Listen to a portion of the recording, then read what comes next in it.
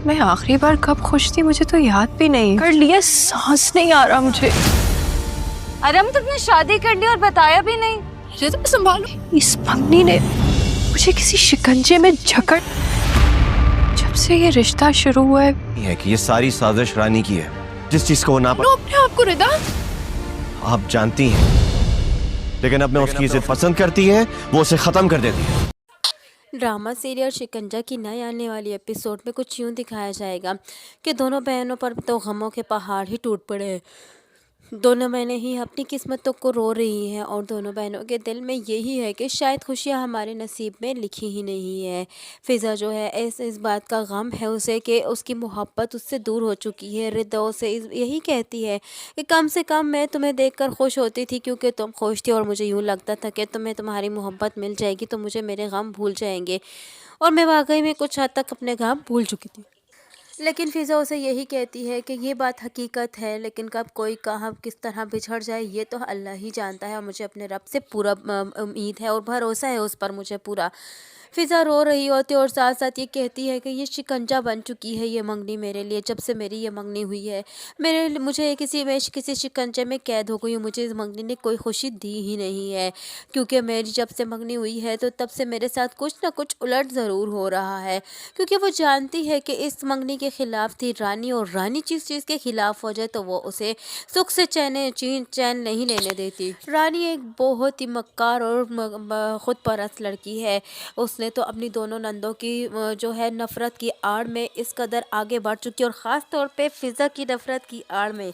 फ़िज़ा के तो शक्ल से भी उसे नफ़रत है, इसलिए अपनी नफ़रत को ठंडा करने के लिए वो कुछ ना कुछ ऐसा करती रहती है जिससे फ़िज़ा को तकलीफ़ पहुँचे। खैर किसी तरीके से फ़िज़ा जो है वो रिदा को ये समझा ही देती है कि मैं इस मंगनी के टूटने पर कोई मुझे इतना अफ़सोस नहीं है, और लेकिन दिल ही दिल में अपना दर्द छुपा ही देती है ताकि रिदा को इस बात का एहसास ना हो। क्योंकि अगर रिदा को ये कंफर्म हो गया कि फ़िज़ा इस वक्त बहुत तकलीफ़ में है तो वो इसकी तकलीफ़ नहीं देख सकेगी, और उसको भी कोई ना कोई तकलीफ़ शुरू हो जाएगी, यानी उसको फिट्स शुरू हो जाएंगे। यहाँ फ़िज़ा जो है वो अभी भी दिल में अफ़सोस लिए बैठी है, क्योंकि अफ़सोस तो उसको हो गई ही क्योंकि उसकी मोहब्बत थी हारून जो थी, और यहाँ अरहम दूसरी जानिब शादी कर बैठा है और शादी के बारे में रिदा को अभी तक मालूम नहीं है।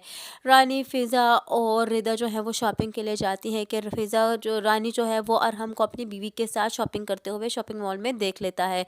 जैसे ही देख लेती है और जैसे ही रानी की फिर नज़र पड़ती है तो वो समझ ही जाती है कि ज़रूर जो है अरहम ने शादी कर ली है, या रानी जो है वो जानबूझ के बहुत ज़्यादा खुश होती है और जो है वो अरहम से कहती है कि तुमने शादी कर ली और हमें बताया तक नहीं। यहाँ रिद्दा जैसे ही अरहम को देखती है तो वो निढाल हो जाती है और फिर से वहीं पर गिर जाती है, और यहाँ फ़िज़ा जो है वो रिद्दा को हौसला देती है और उसे कहती है कि हिम्मत रखो। दोनों ही बहनें एक दूसरे को हौसला और दिलासा ही देती रहती हैं और रानी के जुल्म और सितम को सहती रहती है, और रानी का जुल्म और सितम तो ख़त्म ही नहीं हो रहा। न जाने रानी इतनी चालबाज लड़की क्यों है और क्यों इस तरह के काम करती फिर रही है। दोनों नंदों का तो उसने जीना हराम करके रख दिया है। दोनों नंदों की खुशियाँ छीन कर वो बहुत ज़्यादा खुश है, जैसे कि वो पहले ही ठान कर आ चुकी थी कि वो अपनी दोनों नंदों को ज़रूर चैन से रहने नहीं देगी। न जाने रानी की खुशियाँ रानी को मिल भी रही हैं, लेकिन इसके बावजूद वो अपनी नंदों की खुशियाँ क्यों छीनने पर तुली हुई है। इधर दूसरी जानिब जो है वो ज़ारून को शक हो गया है और पता चल चुका है कि इस बात के पीछे भी फिर रानी का ही हाथ है, और इधर दूसरी जानिब ज़ारून को एक कड़ी तो मिल ही चुकी है फ़िज़ा को बेकसूर साबित करने के लिए, क्योंकि फ़िज़ा को बेकसूर साबित करने के लिए उसने अपने डैड से चंद माह की मोहलत मांगी है, और यूँ जो है वो उसको एक कड़ी मिल ही चुकी है। एक कॉल आ जाएगी जिधर से उसको थोड़ा-सा तो सबूत मिल ही जाएगा कि फ़िज़ा यहाँ बेकसूर है, और आहिस्ता-आहिस्ता अब वो कड़ी से कड़ी जोड़ता जाएगा और वो फ़िज़ा को बेकसूर साबित कर ही रहेगा। और वो जानता है कि इस सब के पीछे जो है वो रानी का ही हाथ है। और रानी जो है वो एक मक्कार लड़की है, लेकिन उसकी सारी मक्कारियाँ उसका भाई जानता है कि रानी जो है किस कदर ख़िलाफ़ थी फ़िज़ा और ज़ारून के रिश्ते के, और फ़िज़ा और ज़ारून के रिश्ते को ख़त्म करने के लिए उसने कौन-कौन सी हथकंडे लौंडे खेले हैं और क्या कुछ नहीं किया। ज़ारून जो है वो सब कुछ जानता है फ़िज़ा रानी के बारे में, और यहाँ फ़िज़ा के बारे में भी जानता है। वो तो सब कुछ समझ ही चुका था, वो तो इन दोनों की नफ़रत को ख़त्म करना चाहता था। लेकिन यह ख़त्म होने के बात तो ख़त्म ना हो सकी, लेकिन उसने मंगनी ख़त्म करने को पूरी ही कर दी। यहाँ वो ज़ारून से ना करवा सकी, लेकिन उसने अपने डैड को ज़बरदस्ती कर और ऐसी बातें की जिससे उसके डैड को गुस्सा आ गया, और उसी वक्त वो ऐसी बातें करके और ज़ारून की मंगनी की अंगूठी भी वापस साथ ले आई, और यहाँ दोनों नंदों को ये कह दिया कि मेरी माँ अब तुम लोगों से कोई रास्ता नहीं रखना चाहती, ऐसे ख़ानदान में कोई भी रिश्ता नहीं करना चाहता जो इतनी दागदार लड़की हो। यहाँ माँ परेशान है, और यहाँ ज़ारून को कह देती है कि मंगनी का सामान उन्होंने वापस भेज दिया है। फ़िज़ा ये मंगनी का कायम नहीं रखना चाहती, लेकिन ज़ारून जो है वो अपनी माँ को ये कहता है कि आपको क्या हो गया है, आप नहीं समझी अभी भी। मैं समझ चुका हूँ कि इस सब के पीछे रानी की चाल है, और रानी ने ये सब कुछ किया है क्योंकि रानी ये मंगनी होने ही नहीं देना चाहती थी, और रानी ने वो कर दिया है जो वो चाहती थी। उसने ऐसा ही किया, और मैं जानता हूँ कि फ़िज़ा की किडनैपिंग के पीछे भी कहीं ना कहीं रानी का ही हाथ है, लेकिन वो खामोश है इस बात के बारे में, तो अपनी माँ से बात नहीं करता, लेकिन इतना कह देता है कि फिर इस मंगनी के तोड़ने के पीछे रानी का ही हाथ है। लेकिन यहाँ ज़ारून ने भी एक बात ठान ली है कि इस मर्तबा वो रानी को कामयाब होने नहीं देगा।